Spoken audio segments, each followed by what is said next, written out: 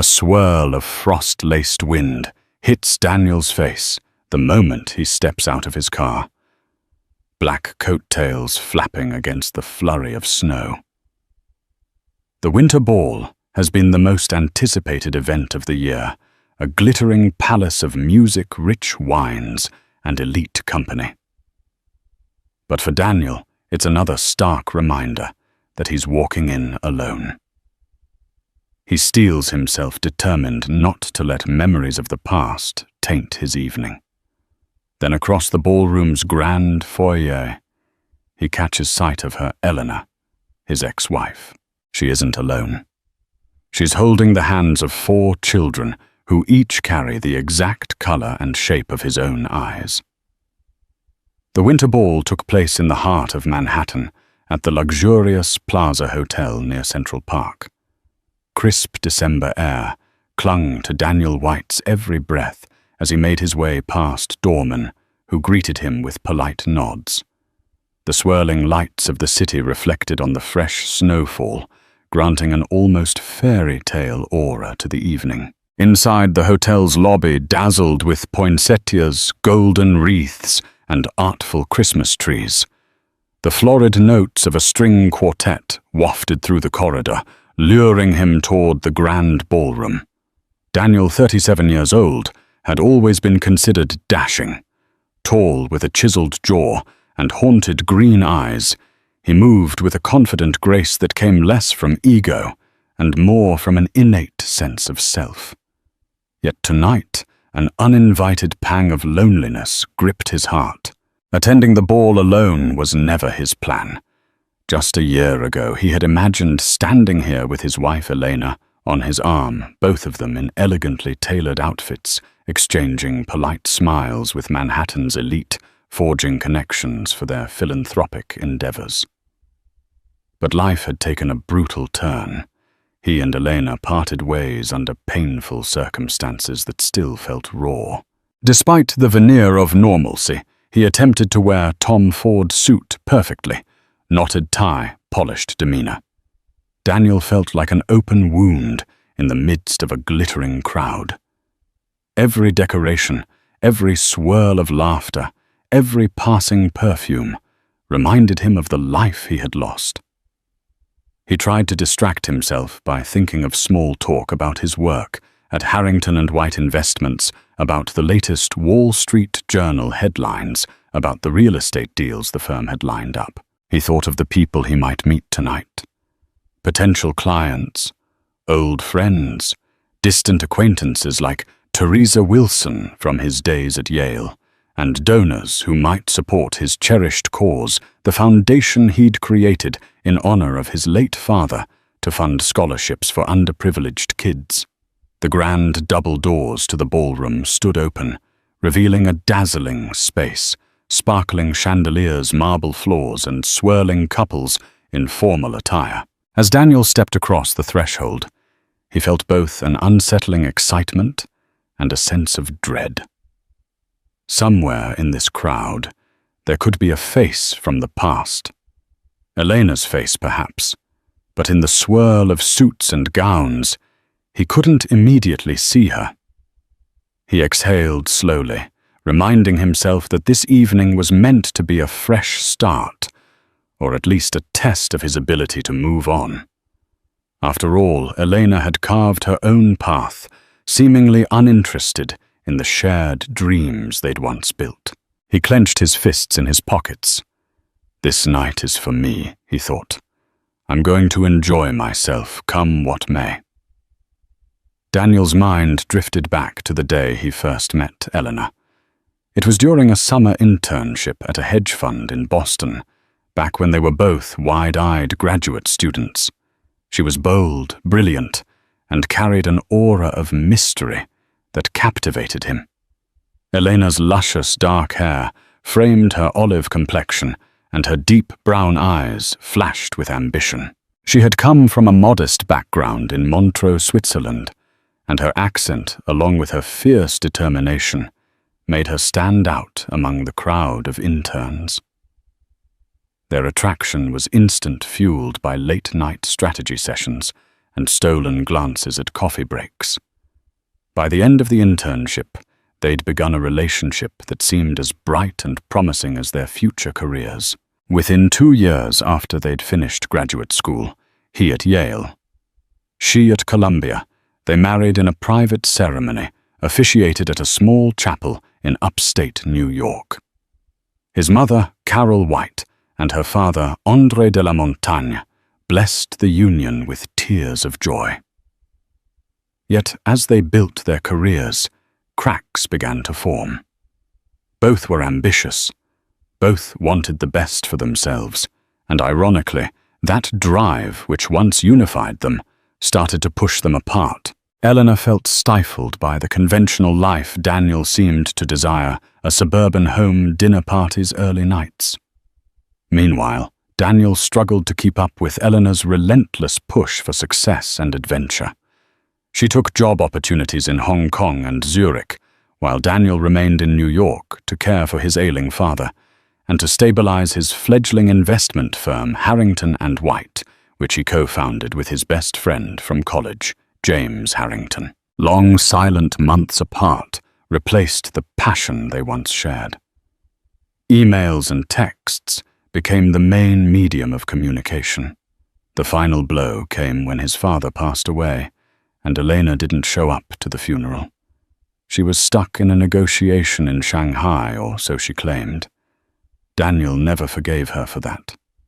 The day after the funeral, he filed for divorce. The year since the divorce was granted felt like a haze of regrets and half-hearted attempts to move forward. Daniel's mother tried to console him. James Harrington tried to bury him in work, hoping he'd forget his heartbreak in corporate success. But the hurt ran deep. He wasn't just losing Elena. He was losing the idea of the family he had so desperately wanted to build, the stability he had vowed to create, a vow that was broken. Little did he know that this fateful night at the winter ball would unravel secrets that would cut deeper than he ever imagined. A month ago, Daniel had almost declined the invitation to the winter ball. The event, hosted annually by New York's philanthropic circle, was a magnet for the richest and most influential personalities. It was a chance to mingle, to raise money for various causes, and to flash power and status. Harrington and White had been a chief sponsor for the past 3 years. Daniel James Harrington had told him, "We can't skip it. Our firm's entire public relations campaign is anchored on us being present front and center. This is how we attract high-profile clients." Daniel, sitting behind his mahogany desk, stared at the invitation's gold-trimmed edges. The bold lettering read, "Winter Ball, an evening of giving and glamour." He sighed. "I just don't feel up to it, James." His partner, a tall man with sandy hair and an unrelenting optimism, placed a hand on Daniel's shoulder. "Look, I know you've been through a rough patch, but it's time to step out there again. If you don't, you'll never move on." Daniel had half a mind to crumple the invitation. Memories of attending this event with Eleanor the previous year, dressed in matching midnight blue ensembles, dancing under the chandelier, celebrating the expansion of their philanthropic network, still haunted him. Back then, the final stage of divorce was looming, even if they pretended all was well in front of the cameras. But James had a point. Daniel's philanthropic foundation needed exposure, and the firm needed him to show that he was still the confident leader they all relied on. Perhaps the winter ball could mark a turning point, a chance to re-enter society with his head held high. After all, what were the odds Elena would be there?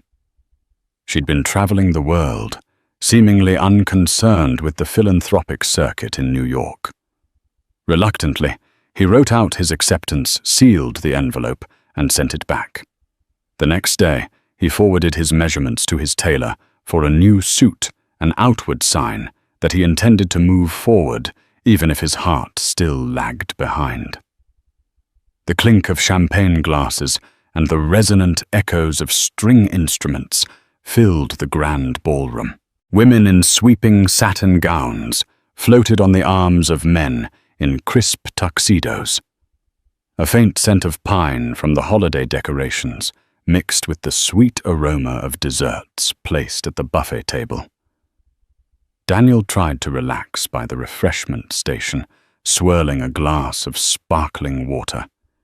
He was never one for too much alcohol, especially not when he needed to keep his wits about him. Around him, clusters of socialites murmured gossip and speculation. Teresa Wilson, a college acquaintance now working for the New York Times, offered him a polite nod from across the room. He returned the gesture, but avoided prolonged eye contact, not in the mood for an in-depth conversation. His eyes scanned the dancing couples, the swirl of color and elegance. Usually he'd find it all mesmerizing. The soft glow of chandeliers overhead, the confident laugh of donors proud to share their wealth, the swirl of philanthropic ambition that actually did some good in the world. But tonight, an uneasy tension weighed on him. Something about the air felt thick, as though the energy in the room was brimming with revelations waiting to be spilled. He stepped away from the crowd, weaving through elegantly dressed men and women. A group of corporate bankers from Goldman Sachs tried to engage him in talk about the stock market's recent fluctuations. Another small cluster from a tech startup pitched their new app. He feigned interest, made a few polite remarks, but found himself inching toward the corner of the room where a sense of quiet serenity reigned, just as he took a seat at a small table beside a pillar draped in silver garlands. His gaze drifted over the dance floor and froze. The murmuring crowd seemed to blur. The music dulled, as if his senses had zeroed in on a single figure. There, standing at the top of the ballroom's ornate staircase, was Elena. She wore a wine-red gown that accentuated her lithe form, her dark hair cascading in loose waves over her shoulders. A hush seemed to envelop him, like a wind had swept through his chest. After all these months, it still felt unreal to see her in person. It wasn't just Elena's presence that paralyzed him. At her sides stood 4 small figures. Children. 2 girls and 2 boys, each no older than 5 or 6. And in the gleam of the chandelier's light, Daniel noticed the most striking detail. Each child's eyes were the same luminous green as his own. His mind reeled. This had to be some sort of trick of the light. It couldn't be. But as Elena stepped forward, guiding them gently down the staircase, the resemblance became even clearer. 4 children with the same color and shape of eyes as Daniel White. A jolt of disbelief electrified his veins. He'd never heard Elena mention children after they split. He hadn't heard a whisper from mutual acquaintances. And now, out of nowhere, these 4 kids appeared, each bearing his most distinctive feature. The glass in his hand trembled. The lively chatter of the ball receded to a low hum. All he could do was watch, transfixed, as Elena and those children moved further into the throng of people, heading unerringly in his direction. Daniel rose slowly, heart pounding. If Elena saw him, she gave no outward sign. She turned to exchange pleasantries with a member of the philanthropic committee, her polite smile carefully in place. The children clung to her hands, one of the little girls glancing shyly around the room. Up close, the resemblance was even more impossible to deny. Each child had inherited the green eyes that were so distinctive in Daniel's family. Each had some subtle aspect of his facial structure, a dimple on the cheek, the angular tilt of the jaw, the gentle curve of the nose. He approached his steps, halting uncertain how to break the barrier of polite society that kept them separated. A swirl of dancers momentarily blocked his path. By the time he emerged into an opening, Eleanor was there, mere feet away, her expression unreadable. "Hello, Daniel," she said quietly. Even amidst the swirl of music and conversation, her voice carried to him, as though they were the only two people in the room. Her accent seemed a touch more pronounced than usual, or perhaps he was just hyper-aware of every detail in this moment. He swallowed, noticing the children shift uncomfortably behind her. "Elena," he managed, forcing out the word. Another breath. "I didn't know you'd be here." Her eyes flickered. The invitation came through an old contact. Well, I wanted to support the cause.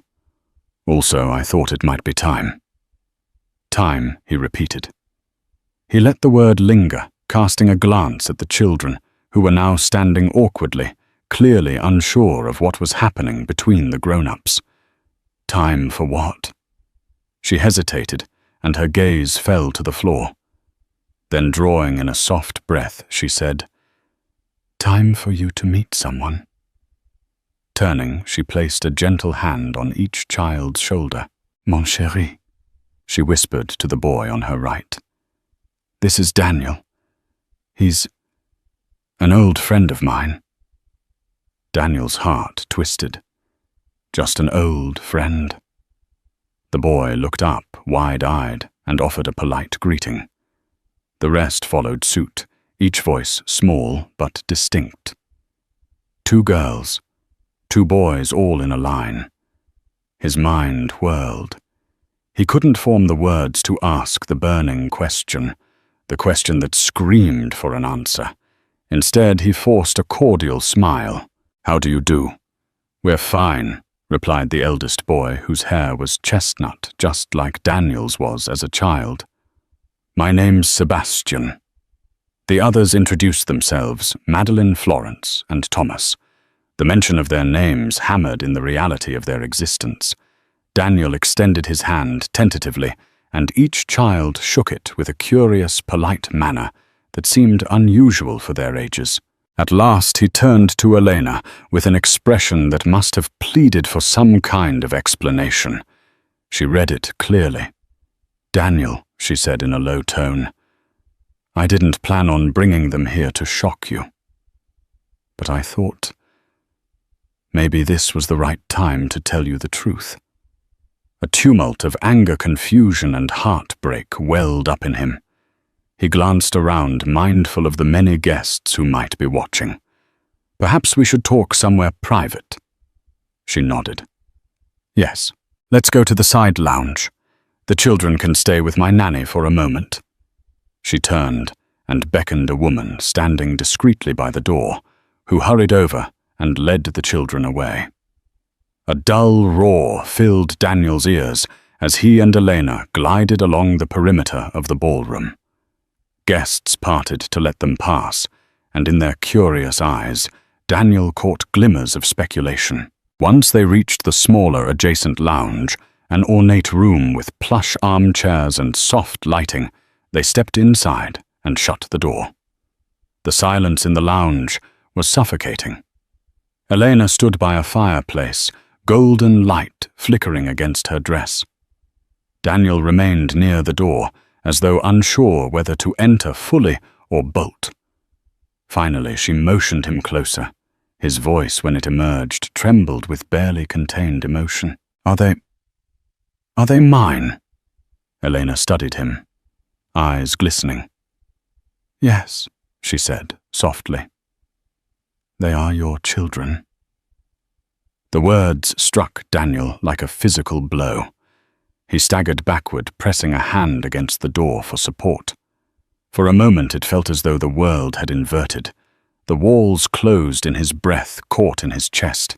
He tried to reconcile the reality of what he'd just heard with the life he'd been living alone. Believing fatherhood was a dream that died when his marriage ended. How? Why? He struggled for coherent words. A dozen questions fought for priority in his mind. Why wouldn't you tell me? Why 4 children? Elena. Tears welled in her eyes, and she clasped her hands together. the diamond bracelet on her wrist glinting in the firelight. "It's complicated, Daniel. I was pregnant when the divorce became final. I discovered I was carrying twins at first. But there was more to it. It was a complicated pregnancy that I had to keep under the care of a specialized clinic in Geneva." She paused, swallowing hard. "I couldn't bring myself to tell you. We were both so angry, so hurt. And after the funeral of your father, I felt like there was no place for me in your life. No place for my burdens." "Burdens," he snapped, voice rising. "They're children, Eleanor. Our children. You denied me the chance to be a father." She flinched. "I know. I was selfish. I was scared. My father convinced me it might be better this way. He wanted me back in Switzerland, away from the complexities of our relationship." A pounding ache built behind Daniel's eyes, half fury, half heartbreak. He remembered Elena's father, André de la Montagne, proud, aristocratic, always disapproving of Daniel's American roots, but 4 of them. "Elena, how old are they?" She let out a trembling sigh. "Sebastian and Madeline are 6. Florence and Thomas are 5. Yes, I was already pregnant once before the divorce process, and it was a complicated timeline. I found out I was expecting Florence and Thomas much later. The pregnancies were nearly back-to-back. I kept it hidden under the chaos of traveling, and I found ways to manage without letting you know." Daniel closed his eyes, waves of disbelief washing over him. "For all this time, you never once sent me a clue.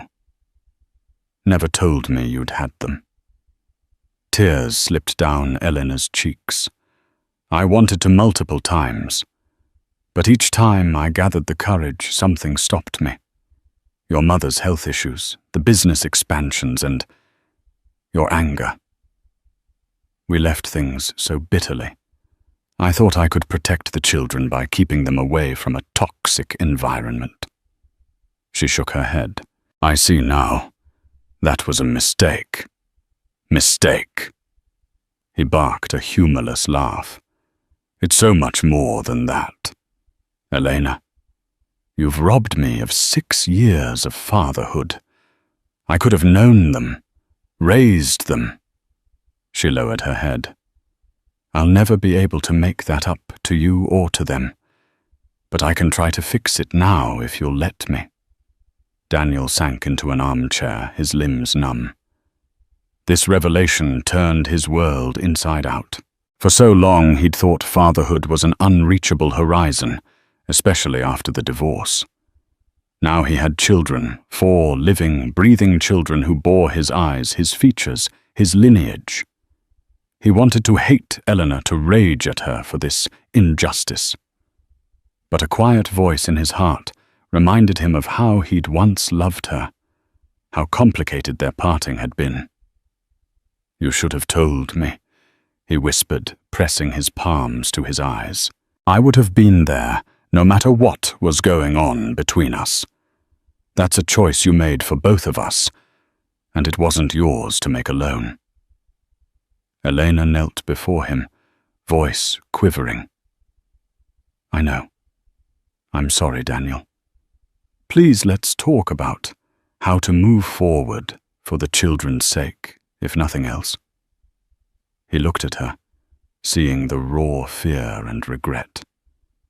In the space of a single evening, everything had changed, and he had no idea how to proceed in a way that would heal 6 years of damage. Overcome by the shock of Eleanor's confession, Daniel found his mind spiraling back in time. He remembered the bitter arguments that had led to their divorce, how his father's terminal illness put pressure on him to stay in New York, how Eliana, with her unstoppable career drive, had accepted an offer in Shanghai, simultaneously bristling at Daniel's pleas for her to return. He recalled the day he discovered the plane tickets she'd booked not just for business, but for a possible permanent move overseas. The day he confronted her, they both said things they could never take back. "You'll never be satisfied with who I am," he'd accused. "You don't want a partner, you want a trophy wife."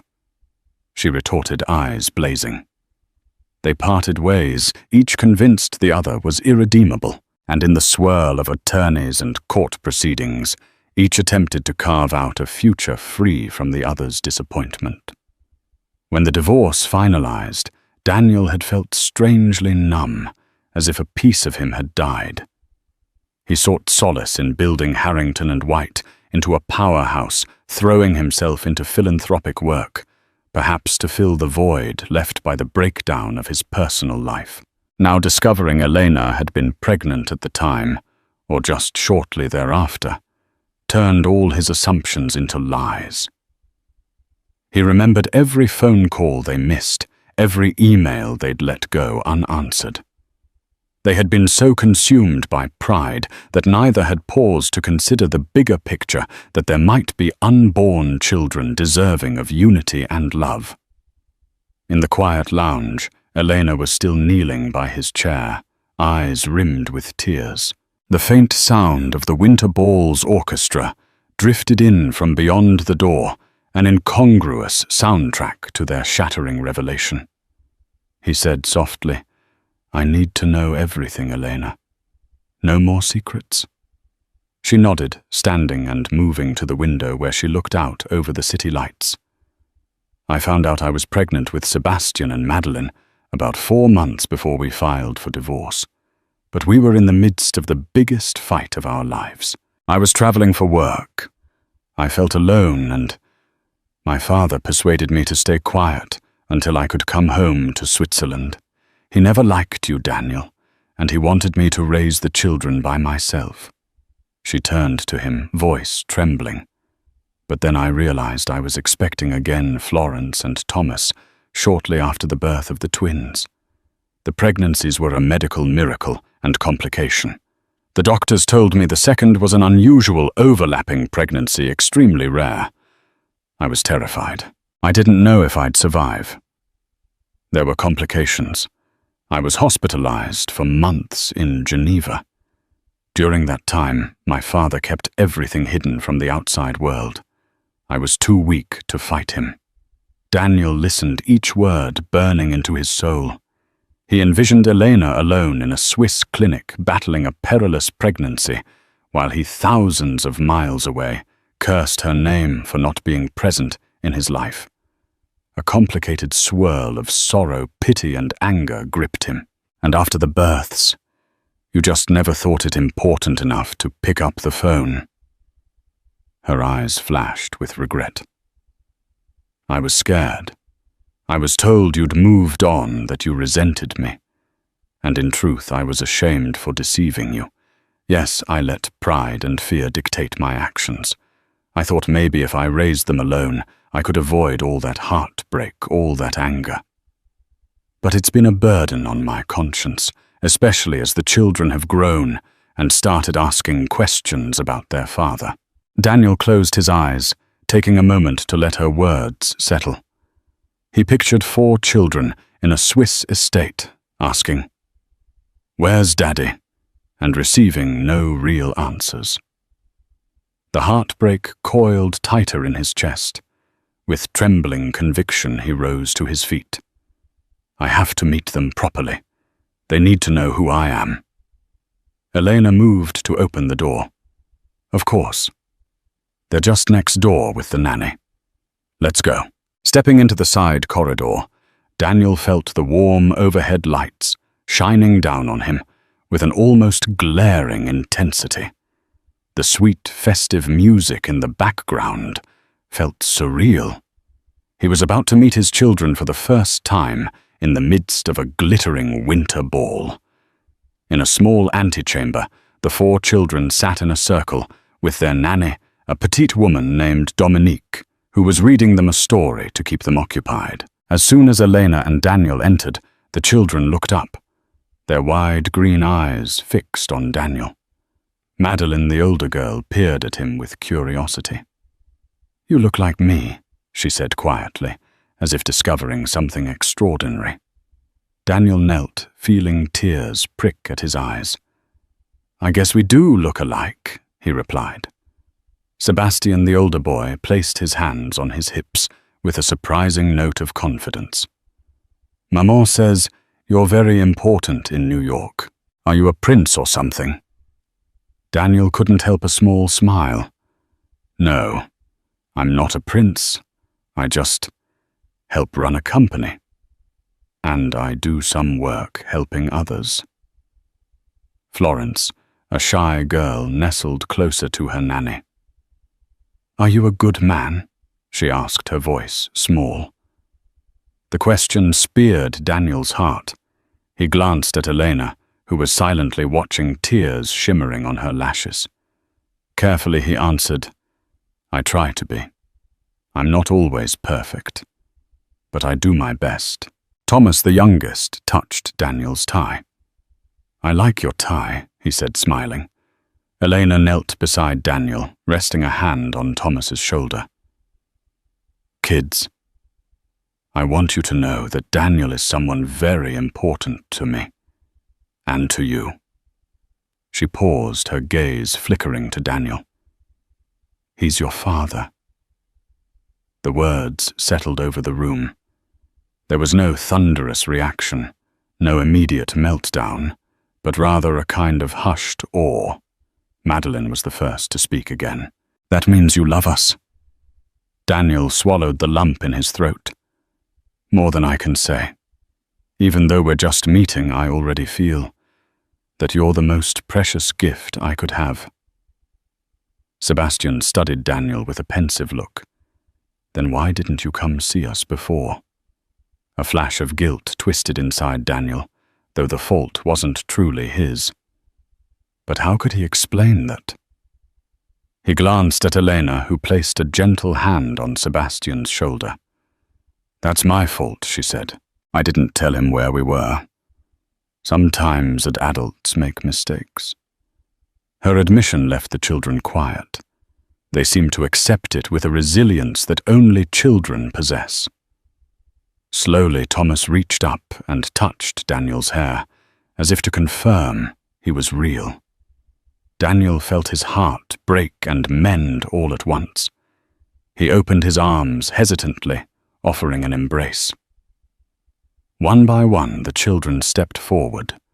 Madeline first, then Sebastian, then the others. Their small arms wrapped around him, and for a moment he closed his eyes, letting the warmth of their presence wash over him. He didn't notice the tall figure standing in the corridor until someone cleared his throat. Daniel looked up to see James Harrington, his business partner and longtime friend, wearing an expression of utter shock. Daniel, James said, struggling for composure. I've been looking for you, but I see you're preoccupied." His eyes roved over the 4 children. "Are these?" Daniel nodded, still holding on to the children. "Yes." "Mine." James stood there, mouth slightly open. But he rallied quickly, offering a small congratulatory nod. "I see. Well, I'll leave you to your reunion." He turned to go, then paused, giving Daniel a pointed look that seemed to say, "We need to talk." Daniel knew with a sinking feeling that his entire life, personal and professional, had just undergone a seismic shift. Everything from finances to living arrangements to his carefully curated public image would change once it became public knowledge that he had 4 children he'd never mentioned. And in his mind, he couldn't help wondering if more secrets were lurking behind Elena's sudden reappearance. Later that evening, after ensuring the children were settled in a quiet corner, with Dominique, Danielle, and Elena, slipped away to find more privacy. They went up a short flight of stairs, ending up on a balcony overlooking the ballroom floor. Below them, the party continued in full swing, glittering gowns, twinkling lights, the hum of polite conversation. He stared down at the swirling crowd, then turned to Elena. "This is a lot to take in, Elena. Are you certain no uncertainties about their paternity? She flinched at the question. They're yours, Daniel. I swear it on everything I hold dear. His face softened. I want to believe you. But you have to understand my perspective. You hid them from me for 6 years. Her cheeks turned pink. I understand. If you want a paternity test, I won't stop you. Anything to give you peace of mind. He nodded, feeling a pang of guilt for doubting her. I'm sorry. It's just... this is so unexpected. She waved off the apology with a trembling hand. I deserve your suspicion, but I have no reason to lie now.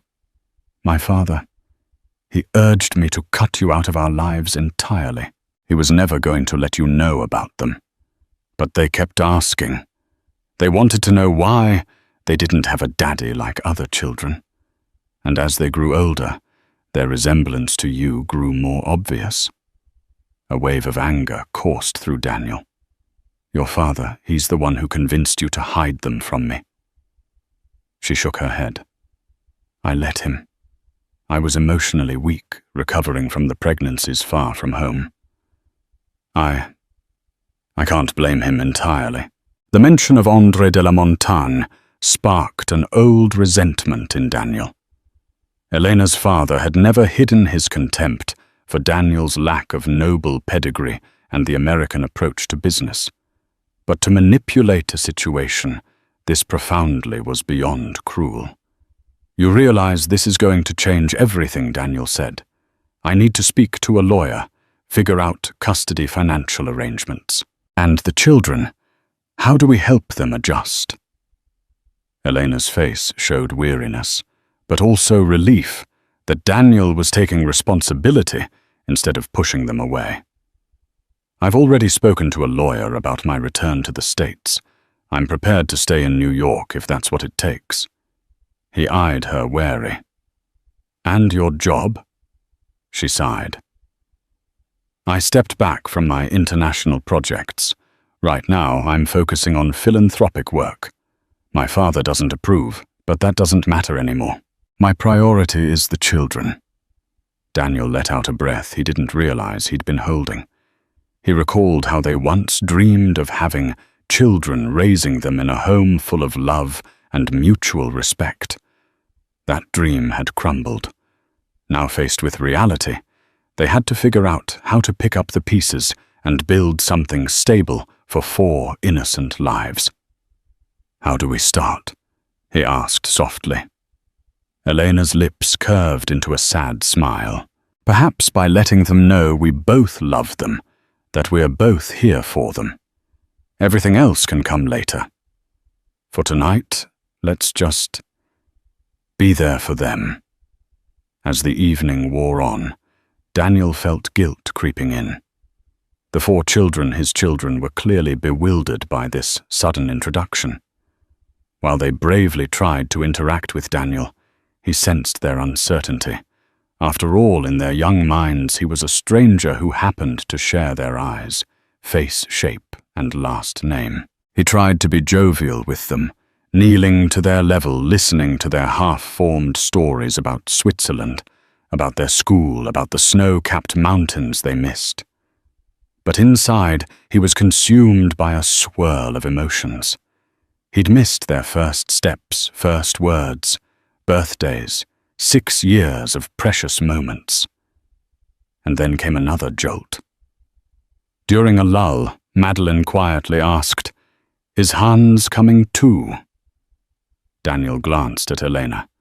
Confusion etched on his face. Elena's expression stiffened. "We'll talk about that later, sweetheart," she said hastily. Hands Daniel pressed. Elena hesitated, then cleared her throat. I've been seeing someone, a colleague from work. It's not serious, but the children know him. He was around as a friend. A sharp pang of jealousy, anger, and betrayal shot through Daniel. That was only natural. Eleanor was no longer his wife, and she had every right to date. But the thought that another man had been a figure in his children's lives, even if just tangentially set his teeth on edge. He fought to keep his voice calm. "So he's been around the children," Elena nodded, looking away. "They like him, Daniel. He's been kind to them." Daniel swallowed the bitterness rising in his throat. "I see," Sebastian piped up. "Hans takes us sledding. He helped me make a birdhouse once. The image of another man, stepping into fatherly roles, stung Daniel deeply. Yet he forced a polite nod. "That's nice of him." Elena quickly changed the subject, offering the children a plate of mini pastries from a passing waiter. But Daniel's thoughts lingered on Hans. He wondered if Hans had become a paternal figure, if the children would look to him instead of Daniel.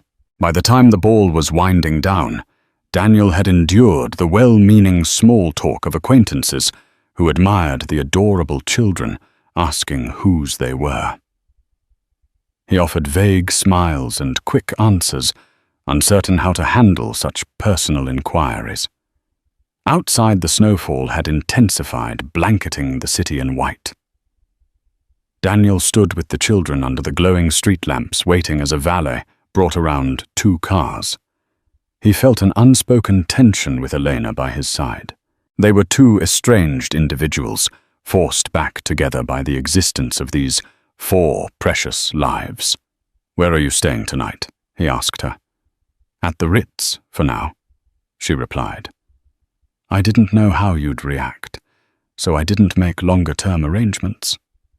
He nodded. "That's fine. Look, tomorrow I'd like to spend more time with them. Can we arrange that?" Elena studied him, relief softening her features. "Of course. They need to know their father." Daniel forced a tiny smile at the word father, still grappling with the weight of it. Then, as the children climbed into the waiting SUV, Daniel laid a gentle hand on Elena's arm. "Thank you for telling me, even if it's late." She gave him a somber nod. "And I'm sorry." In the hush of the swirling snow, Daniel watched as the vehicle pulled away. He stood there a long time, staring into the winter night, silently vowing that whatever happened next, he wouldn't abandon those children. No matter how painful the transition, they were his, and he was theirs. The following morning, Daniel woke in his penthouse apartment overlooking Central Park. Sleep had eluded him for much of the night visions of 4 bright-eyed faces populating his restless dreams. He rose early, brewing a pot of strong coffee as he mulled over the next step. He called his mother Carol White, who lived in a quiet suburb in Connecticut. It was time she heard the news. When he told her she had 4 grandchildren, the coffee mug almost slipped from his hand as he heard her reaction. First she stammered in disbelief, then sobbed, then erupted in joy mingled with confusion and a tinge of anger at Eleanor's secrecy. Despite everything, Carol couldn't wait to meet them. Daniel also placed a call to James Harrington, who demanded an explanation.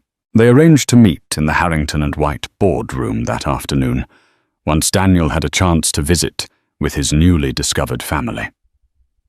A text beeped on Daniel's phone just as he stepped into the hallway. "Elena, we're at the Central Park Zoo with the kids. Meet us here if you can." Daniel hurried to dress, donning a casual sweater and coat. The crisp winter air bit at his cheeks as he strode down the block, weaving past holiday shoppers and carriage horses. The sense of surreal anticipation made his heart pound. At the zoo's entrance, he found Elena and the children watching seals swim in a large tank. The children spotted him first, waving excitedly. His chest warmed at their enthusiasm. He approached with a smile. "Hey guys," Sebastian grabbed his hand. "Look at the seals, Papa." The casual use of Papa startled Daniel, but he squeezed the boy's hand in response, a lump forming in his throat. Elena noticed his reaction. "They adapt quickly," she murmured, eyes bright with unshed tears. They strolled along, admiring the polar bears and penguins, occasionally stopping to buy hot cocoa. Daniel tried to soak in every detail, how Madeline tugged on his sleeve to show him her favorite animals. How Thomas giggled when the penguins waddled, how Florence shyly stuck close to Elena, how Sebastian asked a million questions about everything. They were a family moving in a loose cluster, forging a tender sense of unity. Yet Daniel couldn't help noticing a shadow in Elena's gaze, as if she were keeping another secret. After a while, Sebastian raced ahead. "Papa, there's an ice sculpture over there." Elena and Daniel lagged behind, exchanging a look. "They're incredible," Daniel remarked. "Smart, curious. I'm amazed at how they each have their own personality." Elena smiled. "You would have made a wonderful father, Daniel." He regarded her intently. "Is there anything else you haven't told me? Because right now I need the truth. Everything." She sighed, glancing away. "There is something else, but I wasn't sure how to bring it up. It's about Thomas. He's had some health issues since he was born prematurely." Alarm raced through Daniel. "Health issues? Is he okay?"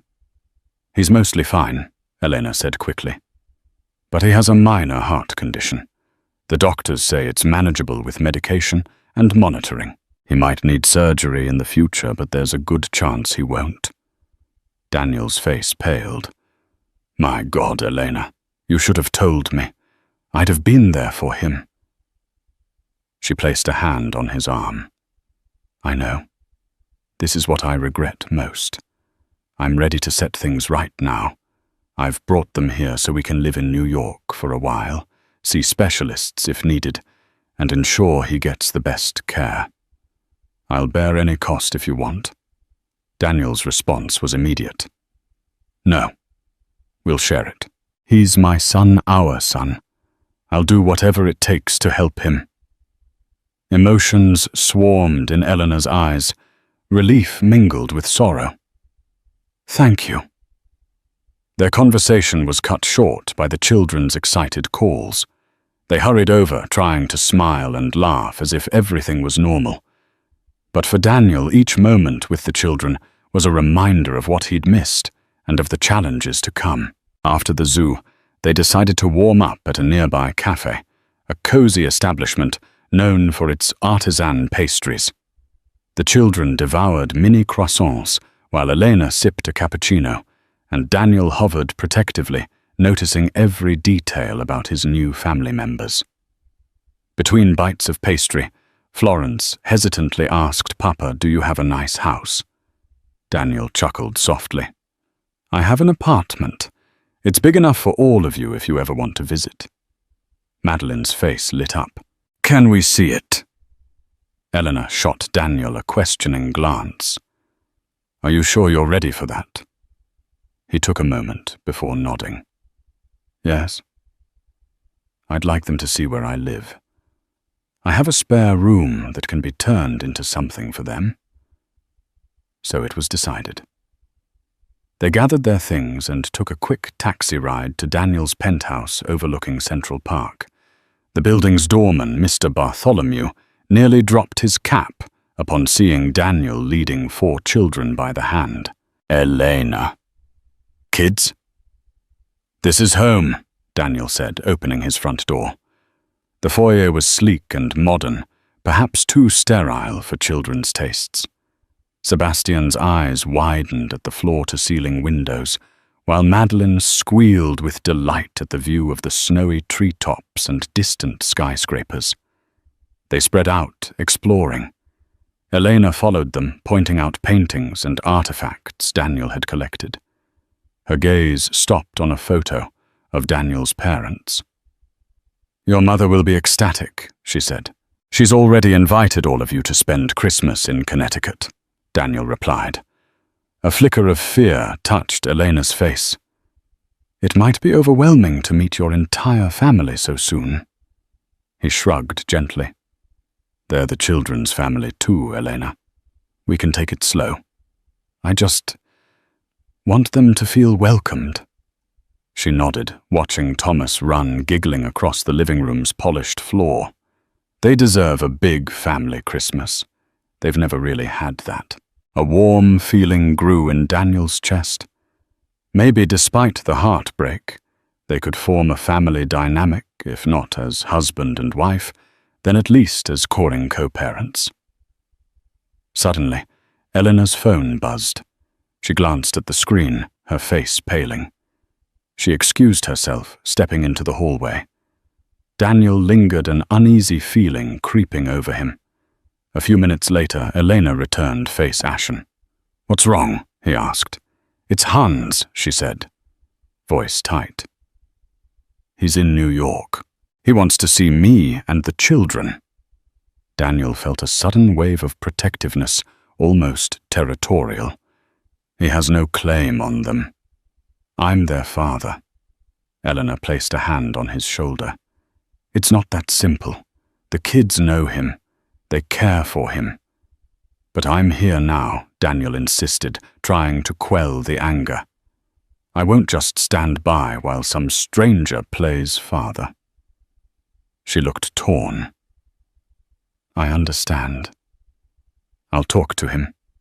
Just, please don't make this more complicated than it has to be. Daniel exhaled, controlling his temper. Fine. But I want to be present for any meeting.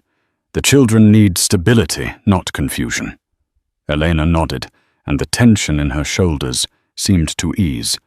But the mere prospect of Hans stepping into the picture threatened to upend the fragile dynamic Daniel and Elena were beginning to forge. Over the next few days, Daniel spent every spare moment with his children. He took them to the Museum of Natural History, where they marveled at dinosaur skeletons and celestial exhibits. He showed them Rockefeller Center's towering Christmas tree, letting them watch the ice skaters gliding beneath twinkling lights. Those days were some of the happiest Daniel had experienced in a long time, yet a lingering worry about Hans hovered in the back of his mind. Would Hans try to disrupt his reconnection with the children? One afternoon, while Elena and the children were napping in their suite at the Ritz, Daniel went to his office to meet James Harrington. Sitting in the sleek boardroom with glass walls overlooking Manhattan, Daniel braced for James's barrage of questions, so James began leaning forward. 4 kids. Daniel. You have no idea the shockwaves this is causing among our investors and clients. They're all calling me asking if there's some scandal or if we've been hiding something. Daniel pinched the bridge of his nose. I didn't know, James. Believe me, this was as much a surprise to me as it was to the world. James studied him intently. Do you believe Elena's story? Daniel nodded slowly. Yes. She's done a DNA test already. Or at least she's offered it. I believe her. They have my eyes, for God's sake. James exhaled. All right. So how are we handling this from a PR standpoint? Daniel thought for a moment.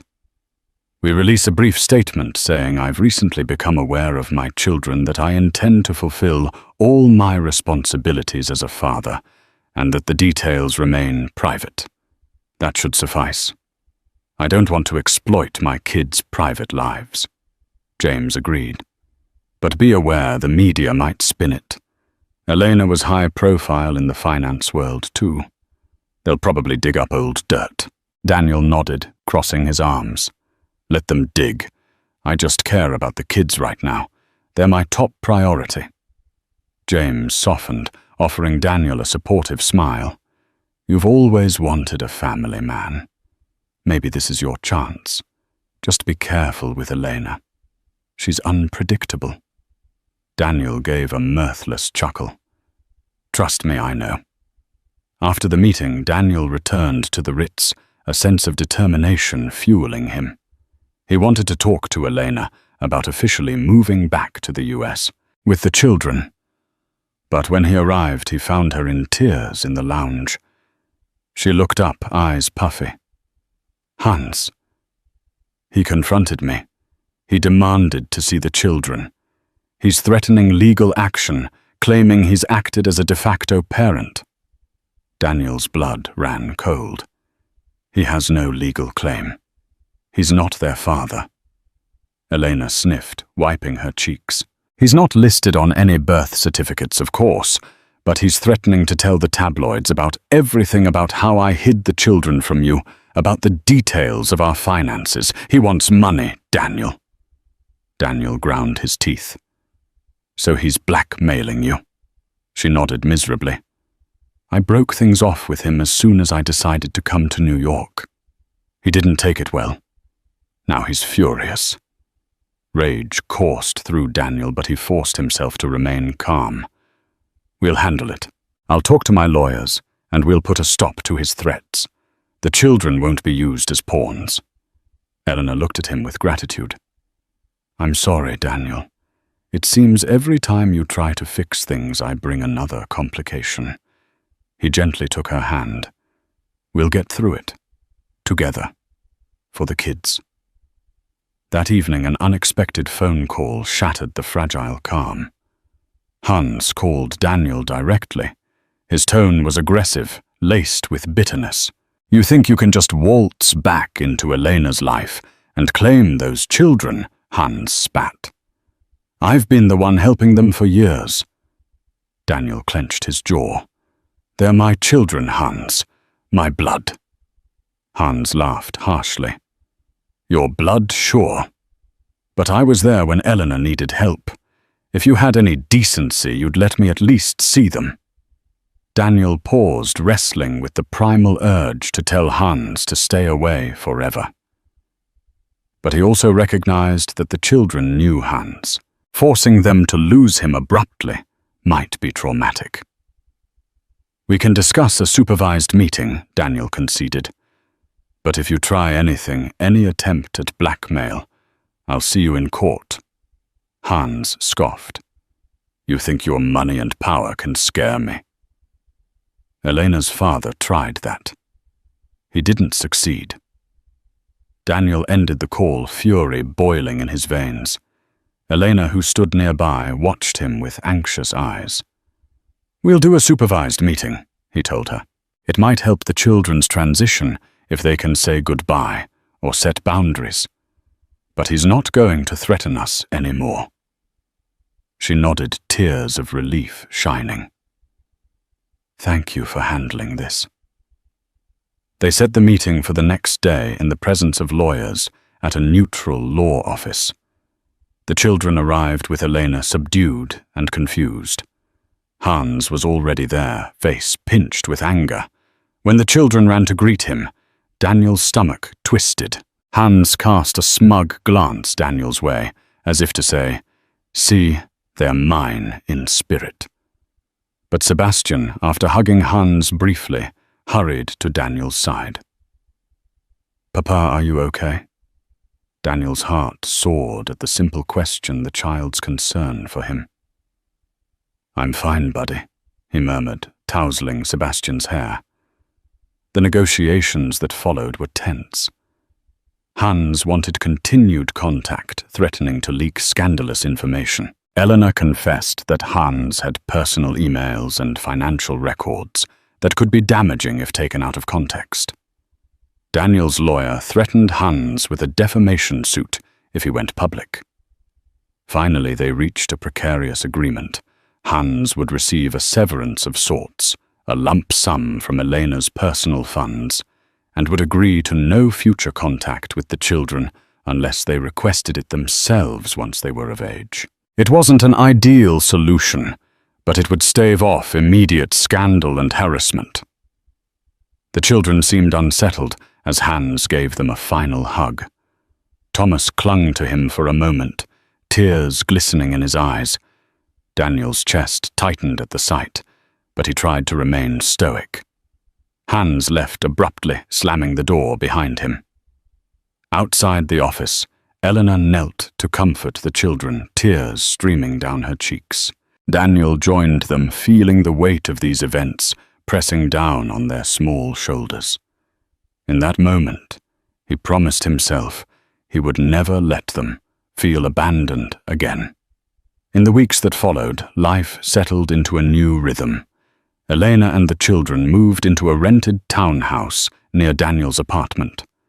Daniel spent his weekends showing them American traditions, like decorating a Christmas tree, baking cookies, and practicing English holiday carols.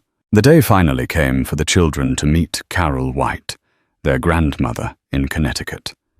Despite the tension and swirling emotions, the meeting was a joyous occasion.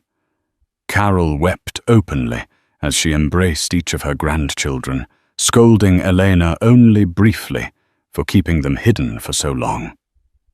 Christmas morning found them all gathered in Carol's cozy living room. Snow fell softly outside. The children squealed over presents, and Elena found herself welcomed warmly, surprisingly so, by Carol's motherly grace. Daniel, dressed in a comfy sweater, took time to reflect on how drastically his life had changed in mere weeks. He now had the family he had once dreamed about, though not in the way he'd imagined. Eleanor and Daniel still had much to resolve. Their romantic relationship remained uncertain. Old wounds and betrayals lingered, but so did a lingering thread of love. They'd begun counseling, determined to co-parent effectively. Whether or not they would reconcile as a couple remained to be seen. One late night after the children had gone to bed, Daniel and Elena sat on his penthouse balcony. The city lights twinkled below the hush of snow, making the moment feel magical. Elena leaned her head on Daniel's shoulder. "Do you think we could ever be a family again?" she asked. Daniel slipped an arm around her, 1,000 thoughts flooding his mind. "I think we already are a family," he said softly. "Maybe not the conventional kind, but we'll figure it out." Elena gazed at him, a small smile curving her lips. "Thank you," she whispered, "for giving us another chance." He closed his eyes, inhaling the crisp winter air. "Thank you for letting me be a father." They sat there for a long while, listening to the distant hum of the city, their hearts brimming with the complicated, fragile hope of a new beginning. Thank you for joining us on this emotional journey of heartbreak, hidden children, and the fragile hope of new beginnings.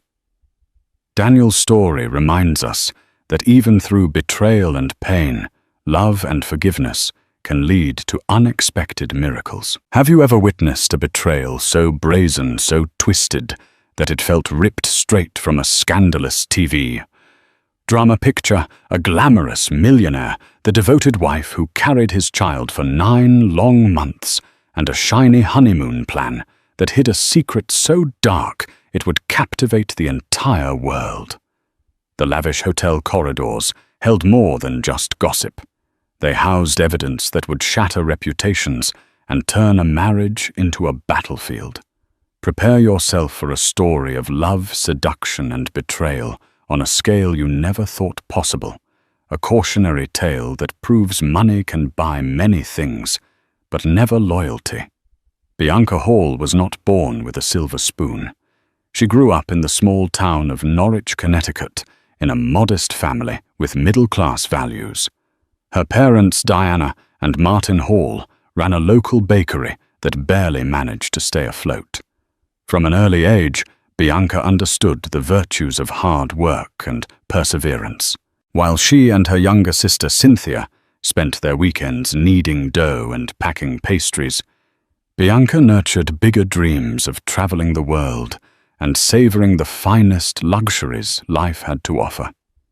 Those dreams began to sprout wings when she won a full scholarship to Georgetown University. The city lights of Washington, D.C.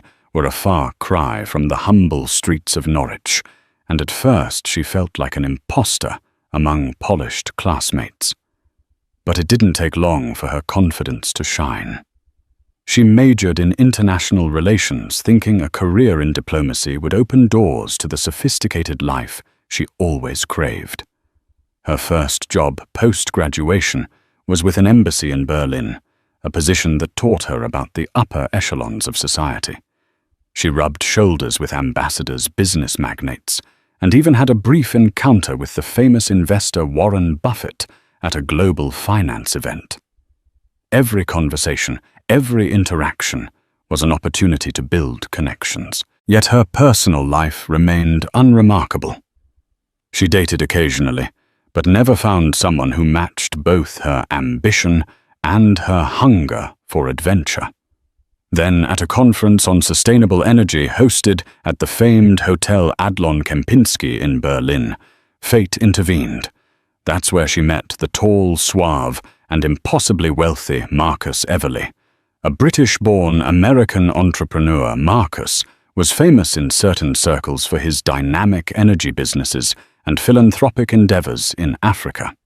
The rumor was that he had turned down an invitation to speak at the World Economic Forum, to attend this smaller event, purely for business reasons, but no one really knew the truth. During a welcome cocktail hour, Bianca found herself seated next to Marcus by chance. He was magnetic and charming, weaving stories of his entrepreneurial ventures with ease. Marcus had this subtle confidence that wasn't brash but commanded attention. He admitted he had come to Berlin to scout alternative energy solutions and maybe meet some interesting people along the way. By the end of the evening, he was thoroughly impressed by Bianca's intelligence and wit. A whirlwind romance ensued. The two discovered a shared love for classical music, exotic cuisines, and philanthropic projects. They explored Berlin's hidden gems together, from rooftop bars overlooking the Spree River to understated art galleries in Prenzlauer Berg. Through it all, Marcus was the perfect gentleman, showering Bianca with thoughtful gifts, from rare books on European diplomacy to an heirloom brooch once owned by his great-grandmother. It felt like the seeds of her dream were blossoming. Bianca saw a future filled with excitement, possibilities, and yes, that elusive luxury she always yearned for. If this man was a window into the life she aspired to, she was ready to fling it wide open. Little did she know how that very window would soon reveal more than she ever bargained for. It didn't take long for Marcus to sweep Bianca off her feet. 1 week after their first meeting, he invited her to a private dinner at the iconic Reichstag building, pulling strings to secure an exclusive table overlooking the Berlin skyline. Over a bottle of vintage Dom Perignon. They spoke about their dreams, hers of bridging cultural gaps with diplomacy, his of revolutionizing the renewable energy sector. After that night, their relationship soared at breakneck speed. Marcus split his time between London, Washington, D.C., and occasionally Dubai for business, yet he made it a point to meet Bianca in Berlin every weekend. He'd charter a small private jet, one of the perks of being a millionaire with powerful connections, and whisk her away to neighboring European cities on quick romantic getaways. They sipped cappuccinos at quaint Parisian cafes, soaked in the thermal baths of Budapest, and cruised along the shimmering canals of Venice. Bianca's life was beginning to resemble a fairy tale. Of course, the media took notice. Marcus Everly's name commanded headlines whenever he was spotted with a potential love interest. Tabloid reporters speculated on who this young, sophisticated woman was. Some claimed she was a supermodel he discovered at a Berlin fashion show. Others declared her a brilliant political mind destined to become a future ambassador. Bianca brushed off these rumors. She wasn't into the spotlight, nor did she care for the paparazzi. She was too busy falling head over heels in love. Their bond deepened with every shared adventure. Marcus introduced her to his trusted circle of friends. One of them was Robert Caldwell, a close business partner who owned a line of luxury resorts across Europe. It was Robert who arranged for them to visit his private villa in Tuscany, a trip that would later play a crucial role in shaping Bianca's perception of Marcus's lifestyle. At that villa, Bianca saw another side of wealth, the extravagance, the unwritten rules of high society, and the hush-hush deals conducted behind closed doors. Sometimes, though, she'd catch Marcus making cryptic phone calls. He would step outside onto a balcony, lower his voice, and speak in urgent tones. When Bianca asked who it was, Marcus would smoothly sidestep the question. "Just business, my love. Don't worry about it." She tried to brush it off. After all, a man of his stature had responsibilities and secrets tied to his industry. But a quiet sense of unease began to tug at her soul. Despite that gnawing doubt, the romance progressed. On a snowy evening under the Brandenburg Gate's radiant lights, Marcus proposed with a ring so dazzling it could make the stars jealous. Bianca was breathless, tears streaming down her cheeks as passers-by applauded the romantic spectacle. She said yes, and in that moment she believed she had found her forever. But the world of the rich and powerful had its own gravity, one that she was just beginning to feel. Bianca had no clue about the labyrinth of ambition, temptation, and betrayal lurking beneath the polished surface of Marcus Everly's empire. She was too captivated by the promise of a life that outshined her wildest dreams. The wedding took place at a grand castle outside Edinburgh, Scotland, owned by one of Marcus's longtime friends, Lord Andrew Kensington. Invitations were gilded, sealed with a wax emblem of two entwined initials, B and M.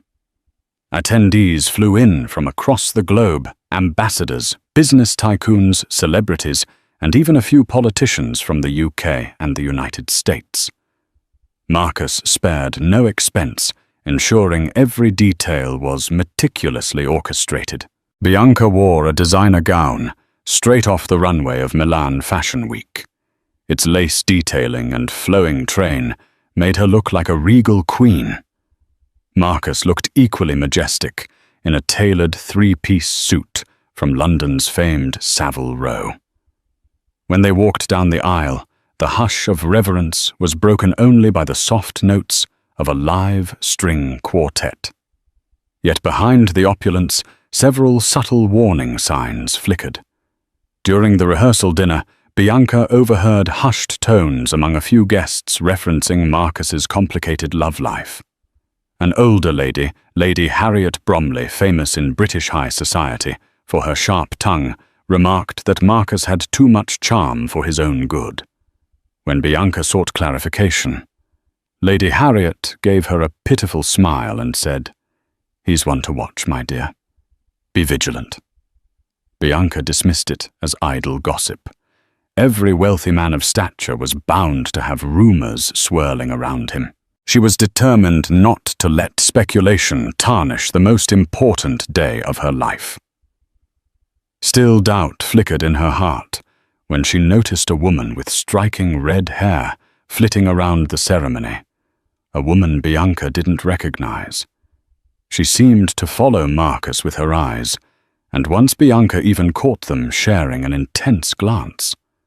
When Bianca asked her maid of honor, Carla Addison, about the mysterious redhead, Carla just shrugged and said, "Maybe one of Marcus's business associates." Despite these niggling worries, the wedding day itself was immaculate. Vows were exchanged under an archway of red roses.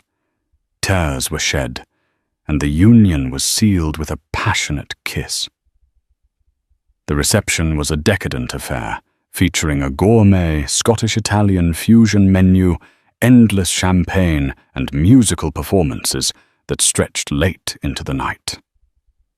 Marcus's best man, Robert Caldwell, gave a lively speech describing his friend as a fearless entrepreneur and a man who knows what he wants. Bianca flushed with happiness, and perhaps a bit of champagne believed every word. Little did she know the woman with the red hair was no ordinary guest. Her name was Jessica Wilkins, a prominent interior designer from London, and someone with a history far more intertwined with Marcus than anyone let on. Looking at them, one might think Jessica was simply an acquaintance, but the glances they shared spoke volumes about what truly simmered beneath the surface. Soon after the wedding, Marcus whisked Bianca away on a one-week tour of the Scottish Highlands before they returned to their new home, an opulent penthouse in London's Knightsbridge district. Bianca assumed this was just a brief respite. The real honeymoon, according to Marcus, would happen months later when time permitted.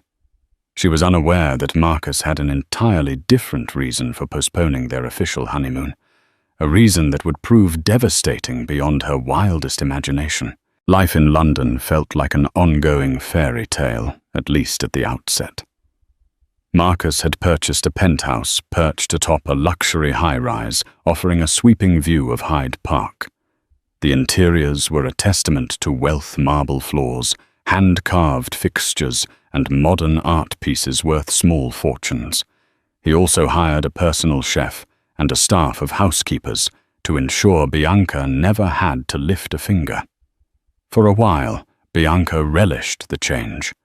She traded her embassy job in Berlin for a role as a freelance consultant on cultural diplomacy, working mostly from home.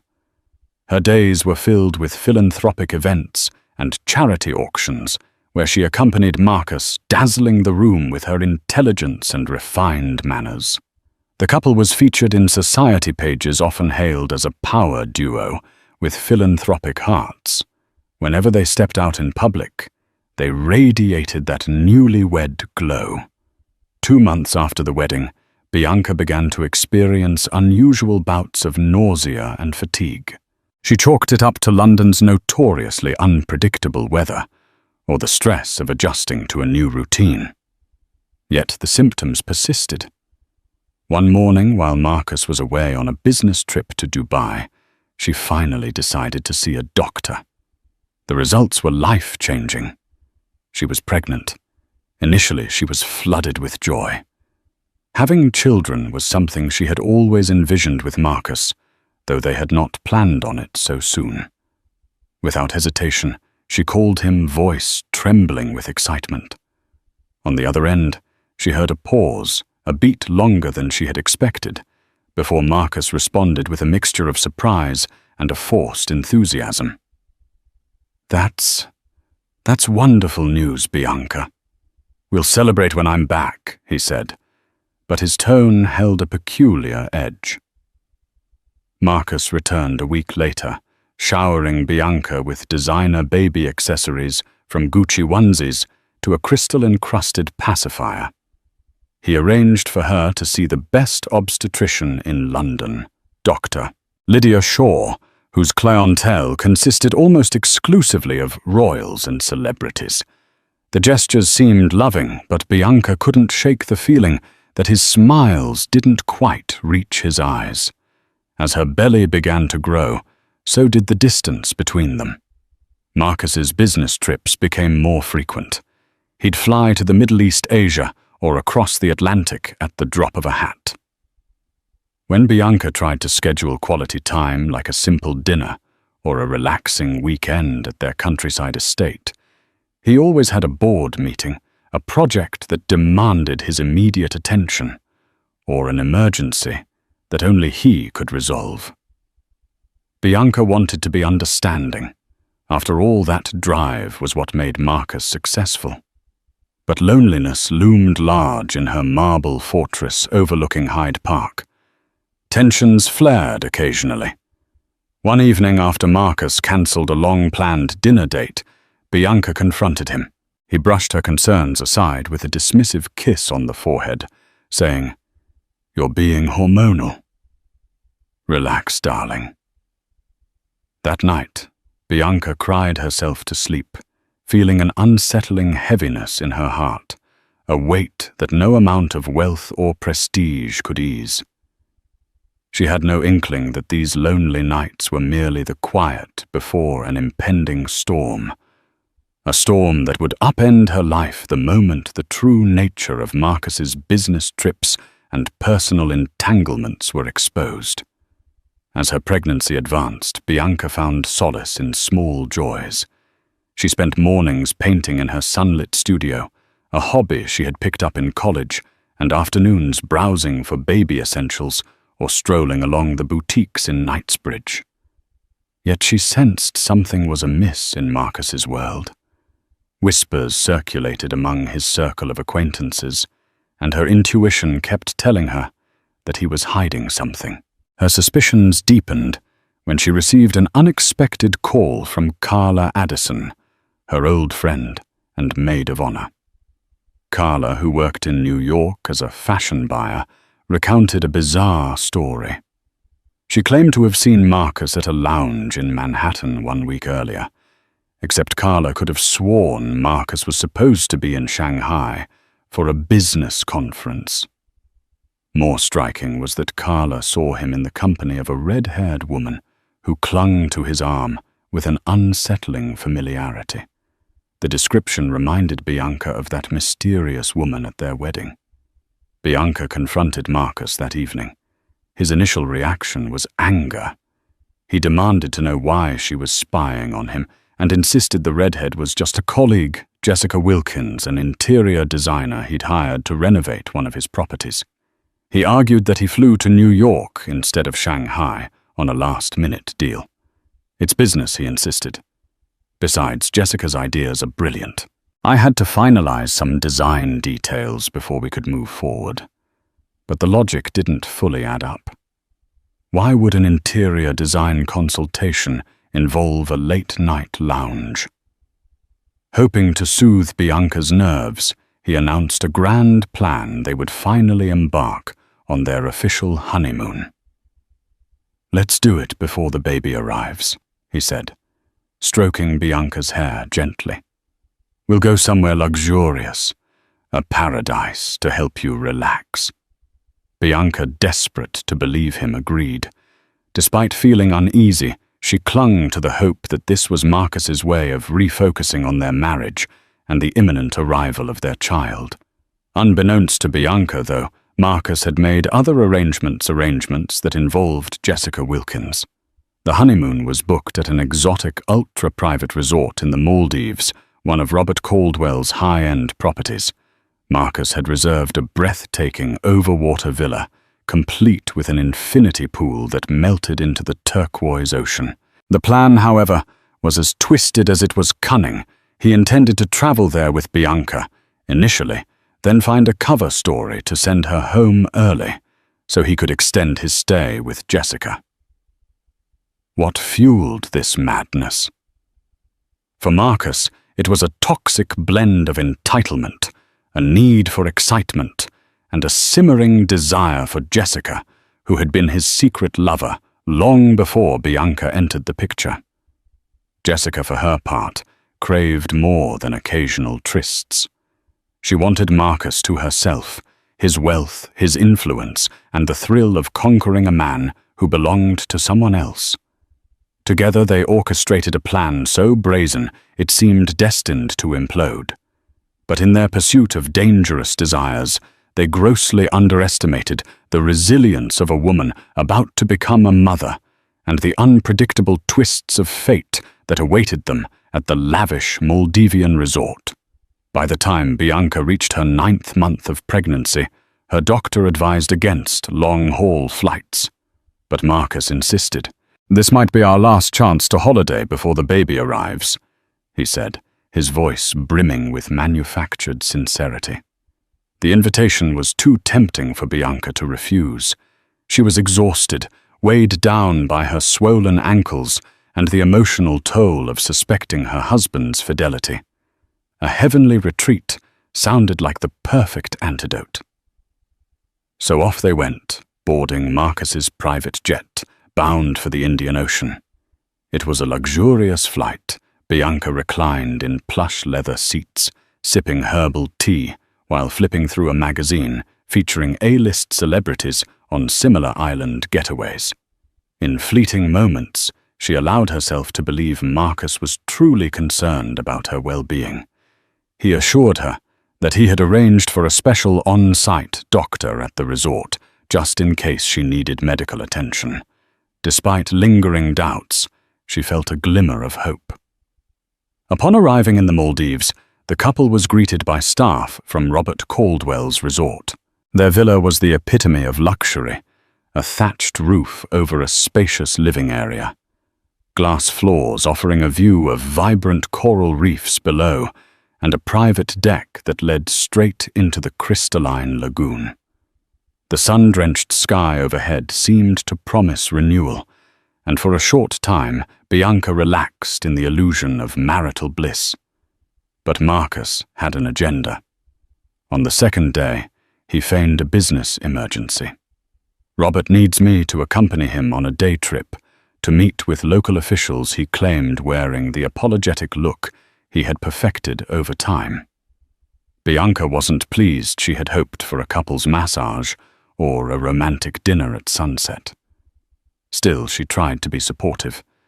The last thing she wanted was a confrontation that would mar what little peace she could find. Marcus left at dawn, and Bianca spent the day alone. She strolled along the powdery white beach, gazing at other honeymooners who seemed carefree and in love. By late afternoon, an uncomfortable tightness gripped her belly. Worried that it might be early contractions, she decided to head back to the villa to rest. That's when she spotted a boat in the distance approaching one of the resort's private docks. Through the lens of her sun hat's brim, she could make out Marcus's tall figure alongside Robert Caldwell and a woman with flaming red hair. Bianca's heart pounded. Could it be Jessica Wilkins? She watched as they disappeared into a secluded area of the resort just out of sight. Fear and suspicion wrestled in her mind. Was Marcus brazen enough to bring his mistress to their honeymoon destination? Later that evening, Marcus returned to the villa smelling of salt water and cologne. "The meeting ran long," he explained casually. "I'm sorry I missed our afternoon together." Bianca forced a smile, but an inner turmoil raged. She let him hold her, let him kiss her forehead, all while her mind replayed the image of Jessica's red hair flapping in the ocean breeze. A sleepless night followed. Bianca tossed and turned, haunted by the possibility that her husband was entertaining his mistress in the very place meant to celebrate their marriage. As dawn broke, she decided she would confront Marcus, though she had no solid proof yet. But fate has a way of delivering proof in the most unexpected manner. That day, one of the hotel staff, a young Maldivian woman named Arisa, approached Bianca with an air of urgency. She nervously explained that she had recognized Bianca from society magazines and knew she was Marcus Everly's wife. Arisa confessed she had stumbled upon security footage while performing her housekeeping duties. In one clip from the previous night, Marcus and a red-haired woman were seen entering a private suite near the spa. Bianca's trembling hands pressed against her pregnant belly as Arisa recounted the details. The footage showed them kissing passionately, Marcus's hand placed intimately on Jessica's waist. They appeared to be returning from a moonlit rendezvous. Arisa, empathizing with Bianca's visibly advanced pregnancy, couldn't stay silent. Bianca felt her world shatter in that moment. The scorching Maldives sun felt cold against her skin, and every breath came labored as if her lungs were drowning. Fear, betrayal, heartbreak all collided at once. She gripped Arisa's arm, tears pooling in her eyes. "Where can I see that footage?" she whispered, steeling herself for a devastating truth she already knew. Bianca barely slept the night after spotting Marcus with the red-haired woman near the private docks. Her instincts screamed what her heart refused to accept. Her husband, the man who had begged her to come on this final romantic escape before their baby arrived, had brought his mistress here, to their honeymoon destination, to the Maldives. Morning sun bled through the gauzy curtains of their villa, casting golden light over her troubled face. Her body ached not just from the weight of her pregnancy, but from the heaviness in her chest. Every movement felt slower, strained. She clutched her belly and whispered to her unborn son, "I'm sorry, baby. Mummy's trying." Then came the knock. It was Arisa, the young Maldivian woman, who had tidied their suite the day before. She looked nervous, glancing over her shoulder before slipping inside and closing the door behind her. Bianca's brows furrowed as she set aside her tea. "Mrs. Everly." Arisa began softly, her voice shaking. "I recognized you from the magazines. I know who you are, and I think you deserve to know something." Bianca straightened in her seat. Her breath caught. Arisa clutched a folded piece of paper, handwritten directions. "Please don't tell anyone I told you. But I saw something. I work part-time with the security staff and sometimes help monitor the private bungalow area. Last night, I saw Mr. Everly with a red-haired woman entering one of the restricted spa villas. I couldn't stay quiet after that." Bianca's heart pounded. "Are you absolutely sure it was him?" "Yes. And there's footage. I saw it myself." Minutes later, Arisa guided Bianca through a back corridor of the resort, hidden from guests. They slipped into a narrow security room tucked behind the front reception. It smelled faintly of sea salt and disinfectant. On a sleek black monitor, Arisa clicked open a video file. The grainy footage flickered to life. Bianca leaned in. There he was.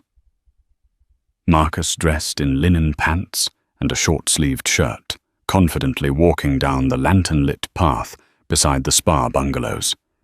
And there, right beside him, was Jessica Wilkins, her unmistakable red hair catching the moonlight like fire. They were holding hands. Then, in a moment that shattered any remaining doubt, Marcus leaned in and kissed her slow and possessive. Bianca's stomach turned. Her body felt like it was shutting down. Arisa, watching her closely, whispered, "There's more." Another clip. Hours later, Marcus and Jessica emerging from the bungalow laughing. Jessica clung to his arm like she had claimed it. They didn't even try to be discreet. Bianca pressed a trembling hand to her swollen belly. Her skin went cold. Tears welled in her eyes but didn't fall. She refused to let them not hear, not now. "I need copies of this," she said hoarsely. Arisa nodded. "I'll transfer them to your room, TV. Discreetly. You'll be able to confront him if that's what you want." Back at the villa, Bianca paced, replaying the footage in her mind. Her limbs ached, and her heart pounded so hard it felt like it might burst. The betrayal was no longer a suspicion. It was fact captured on camera, time-stamped, undeniable. When Marcus finally strolled in just after sunset, his shirt open at the collar and his hair still damp from a late swim, Bianca felt a surge of fury so intense it made her knees weak. She didn't speak. Instead, she grabbed the remote and turned on the TV.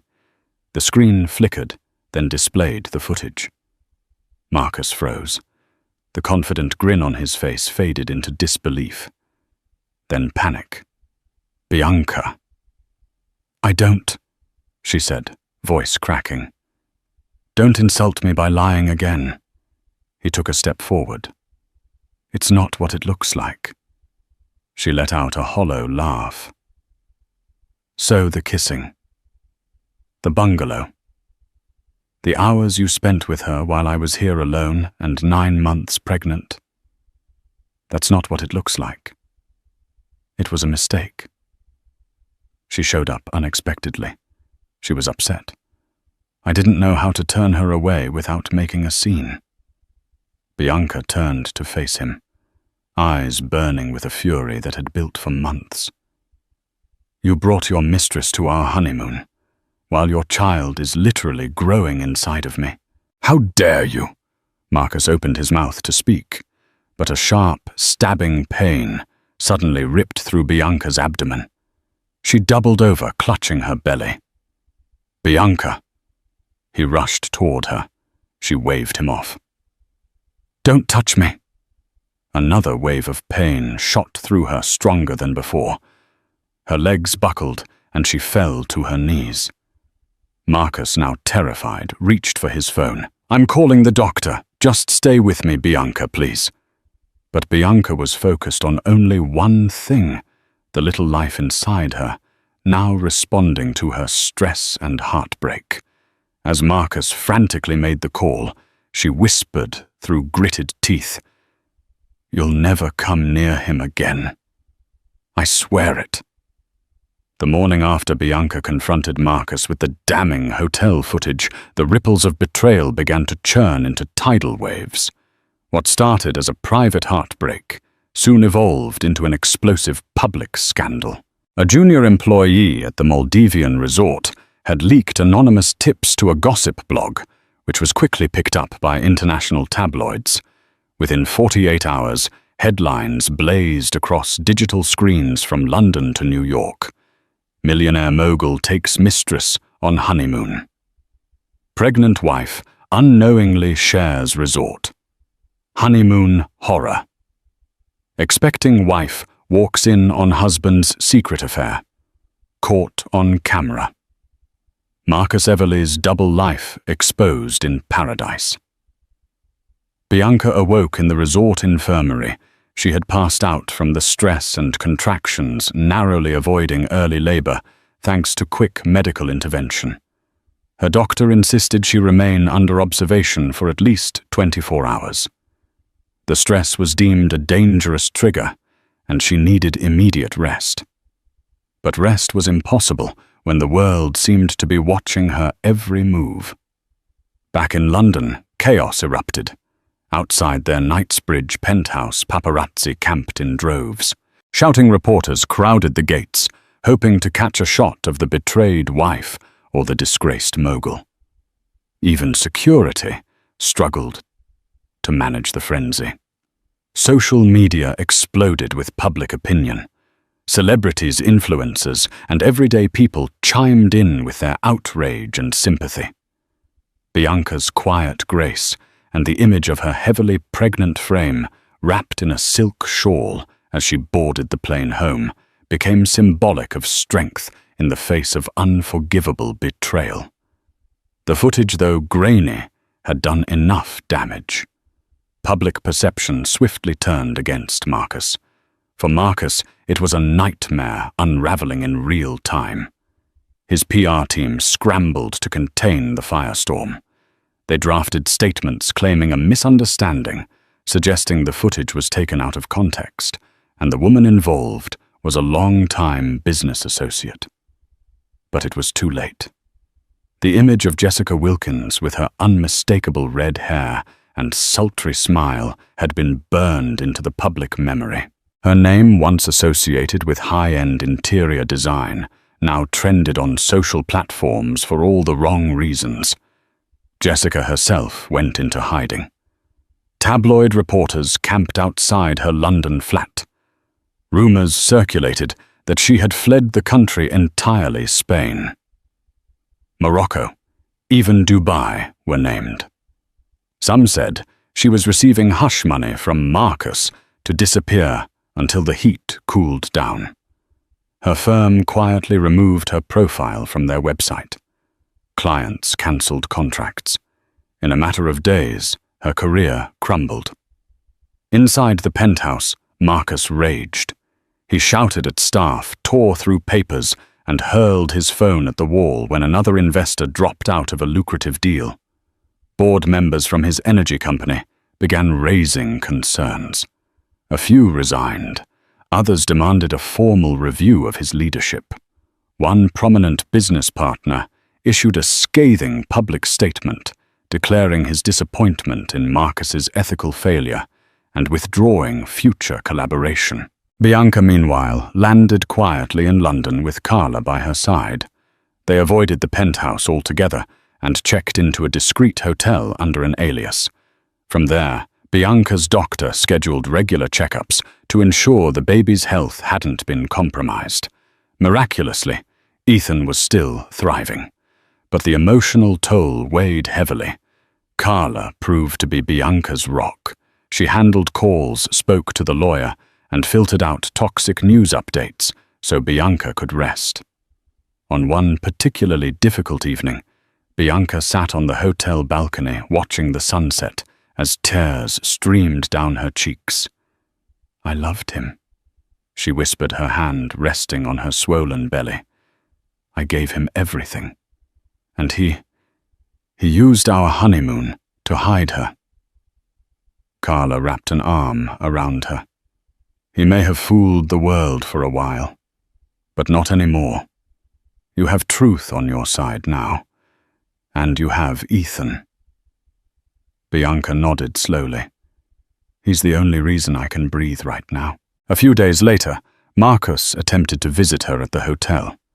Armed with flowers, luxury gifts, and a rehearsed apology, he tried to charm the front desk into letting him through. Security blocked him at Bianca's request. When that didn't work, Marcus released a statement to the press, claiming he was devastated by the recent breakdown in his marriage and committed to repairing the damage privately. It backfired. Public sympathy only grew for Bianca. A well-known talk show host even dedicated a segment to her story, calling it a modern-day cautionary tale about women trusting wolves in expensive suits. Then came the hospital visit. Bianca had gone into early labor. The stress and exhaustion had finally caught up with her body. Carla rushed her to London Maternity Centre, where doctors worked through the night to stabilize the delivery. After 12 grueling hours, Bianca gave birth to a baby boy, Ethan Martin Everly. The moment Ethan's cries echoed through the delivery room, a rush of emotion consumed Bianca. Love, pain, triumph, and fear all collided as she held her newborn in her arms. His tiny face scrunched, his fists curled tightly. She kissed his forehead and whispered, "I'll protect you, no matter what it takes." Carla cried beside her, overwhelmed by the beauty of the moment. In contrast to the media storm outside, that hospital room became a sanctuary of peace and beginnings. Outside reporters swarmed. Rumors of the birth had leaked, and everyone wanted the first glimpse of the scandal baby, as one tasteless tabloid called him. But Bianca wasn't giving them a show. When Marcus arrived hours later, security refused him entry once again. Bianca had made her wishes clear. No visits, no contact, no grand gestures. He sent flowers and letters to her hospital room, but she had them all removed. In one note, he had written, "I want to be part of our son's life. Please let me make this right." Bianca didn't even open it. She wasn't ready to hear promises anymore, especially from a man who shattered every vow he had ever made. As news of Ethan's birth circulated, the public embraced the narrative of Bianca as the fierce new mother standing against betrayal. Women across the globe rallied behind her, sending messages of support and solidarity. Hashtags like #StandWithBianca and #JusticeForEthan trended for days. And though Bianca had yet to speak publicly, her silence became its own powerful message. She was done giving Marcus her voice. Her focus was her son, her next move. to ensure Ethan's future would never be dictated by his father's lies. She was no longer just the woman he betrayed. She was the woman he underestimated, and the mother who would now take him to court. 2 weeks after giving birth, Bianca was cleared by her doctors to leave the hospital, though her heart was still far from healed. She didn't return to the opulent Knightsbridge penthouse, the site of too many broken promises, but instead moved into a discreet, high-security serviced apartment near the River Thames. The location had been arranged by Patricia Morgan, her lawyer, to shield Bianca and baby Ethan from the relentless paparazzi. Carla Addison stayed with her, becoming more than just a best friend. She was a support system, a second mother to Ethan, and a fierce protector. She fielded phone calls, kept reporters at bay, and held Bianca through countless nights when the pain refused to fade. Despite the elegant interior of the apartment, the mood inside was heavy. Bianca was navigating sleepless nights, not only because of her newborn, but also due to the legal war that loomed like a thundercloud overhead. Marcus predictably launched a full-scale charm offensive. He sent flowers, grandiose, fragrant arrangements that filled the lobby until the concierge politely asked them to stop. He wrote long, self-pitying emails, left voice messages saying he had made a mistake, and once even tried to visit Bianca unannounced. When he pounded on her door demanding to see his son, Carla stood between them with fire in her eyes and warned she'd call the police if he didn't leave. "You've lost the right to shout on her doorstep," Carla hissed. "Get a lawyer." And he did. Marcus retained an elite legal team from a firm notorious for handling the divorces of celebrities and politicians. The firm's reputation was built on suppressing scandals, spinning media narratives, and settling out of court. But Patricia Morgan wasn't intimidated. She knew their tactics, and more importantly, she had irrefutable evidence, the hotel footage, eyewitness testimony, and public sentiment on her side. Bianca's main goal wasn't financial revenge. She told Patricia clearly, "I want to protect my son. Marcus can't be trusted with a child's future when he couldn't even respect his wife during her most fragile moment." Patricia nodded. "Then we go for sole custody. No loopholes, no shared holidays. You'll have control, and he'll have to prove himself legally and morally before getting even supervised visits." Bianca braced herself. She had weathered public humiliation, but now she had to face Marcus in person at a formal legal mediation session held in Patricia's office. A conference room that usually hosted business negotiations was now a war room. Bianca sat at one end of a long mahogany table, Ethan sleeping in a sling across her chest. Her hair was neatly pinned back, and she wore a navy blue dress, simple, elegant, and resolute. Marcus arrived 10 minutes late, flanked by 3 lawyers in bespoke suits. He looked worn down, his once proud posture now slightly hunched, his eyes bloodshot. When he saw Ethan for the first time, he faltered. His voice cracked as he said, "He's beautiful. He looks like you." Bianca said nothing. She didn't need to. The meeting began with Patricia presenting Bianca's demands: full legal and physical custody of Ethan, a generous financial settlement, and a complete gag order, preventing Marcus from spinning the story publicly in a way that would harm Bianca's name or Ethan's future. Marcus's lawyers countered quickly, offering a substantial lump sum of money enough to keep Bianca in comfort for the rest of her life if she agreed to joint custody, and issued a statement downplaying the alleged infidelity. Bianca's knuckles turned white. She shook her head. "No amount of money will buy back my dignity. I'm not settling so Marcus can pretend to the world that what he did wasn't monstrous." Marcus leaned forward, trying to sound reasonable. "It was an affair, Bianca. People make mistakes. It didn't change how I felt about you or about being a father. Bianca let out a humorless laugh.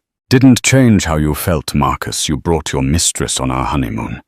I was 9 months pregnant, and you left me in that villa so you could sneak off to another woman's suite. And now you think I should let you help raise my son? You're emotional, Marcus said, frustration bleeding into his voice. You're angry, and I get that. But this isn't just about us anymore. Ethan is my son too. Bianca leaned forward, meeting his eyes squarely. No. You lost the right to say that when you chose deception over decency.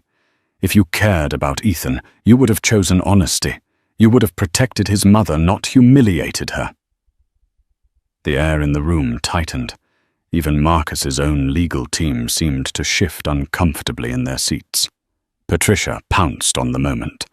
If your client wishes to avoid further public disgrace, she said coolly, I suggest he reconsider his position. We are prepared to go to court with additional footage. Depositions. Witnesses. This will not end well for him. Marcus turned red. Is that a threat? It's a fact, Patricia replied. And facts don't bend for billionaires. After 3 hours of impasse, no agreement was reached. But it was clear who held the stronger hand. Marcus's empire was cracking under media pressure and investor scrutiny. Every day the case dragged on, Bianca's reputation soared and his plummeted. Back in the apartment, Bianca collapsed into the couch as Carla brewed her tea. She looked down at Ethan's tiny face, his fingers curled around hers. He's why I can't give up, she whispered. He deserves a father who doesn't treat people like chess pieces. Carla nodded. And he has a mother who's willing to fight to the end. Bianca didn't know how long the legal battle would stretch, or what tricks Marcus might still try. But she did know one thing for certain. She would not be bullied, bribed, or broken. She may have been shattered in the Maldives, but here in London, she was reforging herself. Not as Marcus Everly's wife, not as a tabloid headline, but as Ethan's protector, as a woman who had walked through betrayal fire and public disgrace and come out stronger. Justice wasn't just about court rulings. It was about drawing lines, holding ground, and never again letting someone decide your worth. And Bianca Hall had drawn her line in unshakable stone.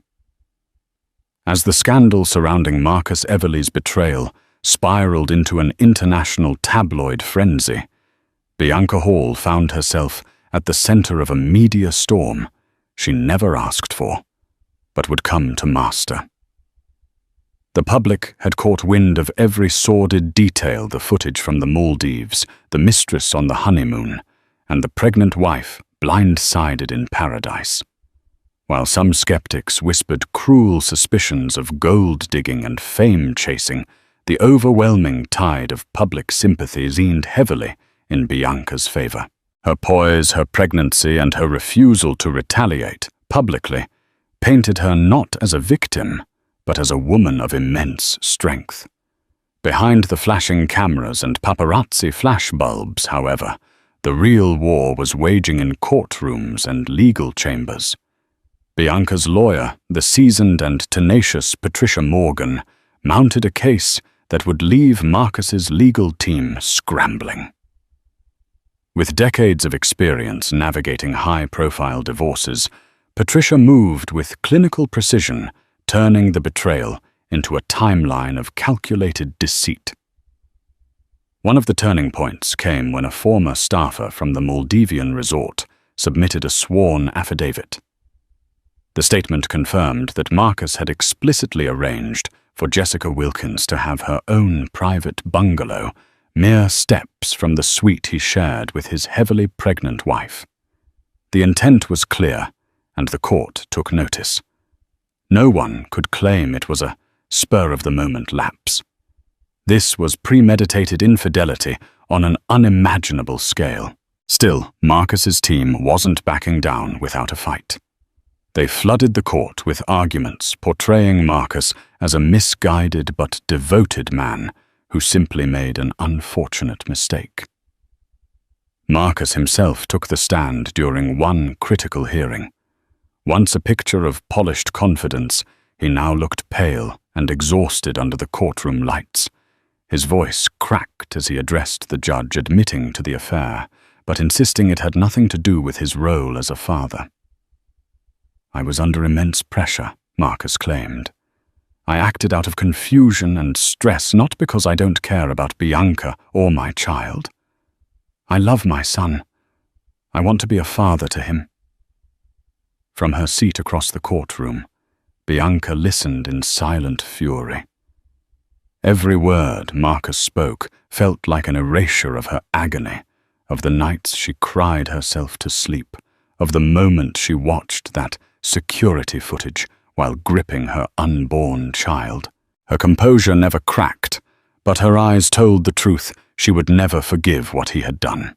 Patricia's cross-examination was swift and merciless. She reminded the court of the extensive planning Marcus had put into the honeymoon. The trail of receipts, the video timestamps, and the secrecy that made it all possible. She highlighted his manipulation, his gaslighting, and most of all his indifference to Bianca's emotional and physical well-being during her most vulnerable stage of life. Jessica Wilkins, meanwhile, became a ghost. She vanished from the UK social scene entirely with whispers, suggesting she had been paid handsomely to lie low, possibly in Spain or Morocco. Her refusal to testify further weakened Marcus's credibility. Every day, she remained absent, reinforced the image of Marcus as a man who not only betrayed his wife, but dragged others into a web of moral rot. In private meetings, Marcus's attorneys proposed a jaw-dropping financial settlement. Bianca was offered a sum that could buy entire apartment buildings in London, but Patricia already knew her response. "It's not about the money," Bianca said firmly. "I don't want Ethan growing up thinking loyalty has a price tag." She demanded full legal and physical custody of Ethan. Marcus could have supervised visits, but she refused to let him become a part-time father when he couldn't even respect his full-time vows. The money would never erase the footage burned into her memory, the look on Marcus's face as he kissed Jessica under the same stars meant for their honeymoon. As the court proceedings dragged on, Bianca faced the grueling reality of raising a newborn amid turmoil. The public watched her every move, but behind closed doors, she was still healing. Postpartum recovery, sleepless nights, and the emotional trauma of betrayal left her drained. Carla remained her rock-juggling baby feedings and PR statements like a seasoned bodyguard and best friend rolled into one. Then came the final hearing. The courtroom was packed. Journalists lingered outside, ready to blast breaking headlines the moment the ruling dropped. Marcus looked deflated in his bespoke suit, his arrogance reduced to nervous glances and fidgeting fingers. Bianca, by contrast, looked radiant. Tired, yes, but resolute. She wore a simple black dress, her hair pulled back, and Ethan asleep in a baby carrier beside her. The judge's voice echoed across the chamber as she read her ruling based on overwhelming evidence of adultery, premeditated deceit, and emotional negligence. Full legal and physical custody of Ethan would be granted to Bianca Hall. Marcus would receive no visitation until a psychiatric evaluation and supervised family sessions could determine if he was fit to be involved in his son's upbringing. A gasp rippled through the courtroom. Patricia allowed herself a small smile. Bianca closed her eyes, exhaling the breath she hadn't realized she was holding. The financial settlement was also approved, giving Bianca long-term financial stability, but the focus remained squarely on Ethan's welfare. Marcus, his face pale and jaw clenched, exited the courthouse under heavy security. He didn't answer a single question from the press. Outside, cameras swarmed Bianca. Carla stood beside her, holding Ethan protectively as microphones were thrust forward. Bianca didn't break stride. She paused briefly to speak into one mic. "I'm not here to celebrate," she said. "I'm here to rebuild. For my son. For me." Then she walked past the chaos, disappearing into a black car that drove her away from the courthouse and the wreckage Marcus had made of their marriage. In the days that followed, Marcus stepped down from multiple corporate boards under pressure from investors and PR advisors. Some of his partnerships dissolved entirely. Jessica Wilkins was never heard from again in public circles. And Bianca. She packed her things and returned to her roots. Back in Norwich, Connecticut, at the same modest bakery where she'd once kneaded dough as a teenager, Bianca began to rediscover her strength. She took joy in the ordinary rocking Ethan to sleep during soft New England sunsets, serving cupcakes to longtime neighbors, and feeling the quiet peace of a simpler life. No designer gowns, no gala dinners, just the warm scent of bread baking and the heartbeat of her son close to her chest. Her past with Marcus would never be forgotten, but it no longer defined her. She had chosen justice, and justice had chosen her too. Thank you for joining us on this tumultuous journey of love, betrayal, and ultimate redemption. Bianca's story reminds us that truth will surface no matter how cleverly it's hidden, and that the greatest strength often emerges when we're protecting what we love most. In the end, justice found its way, but not without heartbreak and a profound lesson on the cost of blind trust. If this story captured your attention and left you yearning for more dramatic twists and turns, help us continue sharing incredible tales just like this one. Like this video, share it with your friends, and most importantly, subscribe to our channel. Your support helps us bring forward more stories of triumph, resilience, and cautionary wisdom for everyone to see. Thank you, and stay tuned for our next gripping narrative that you won't want to miss.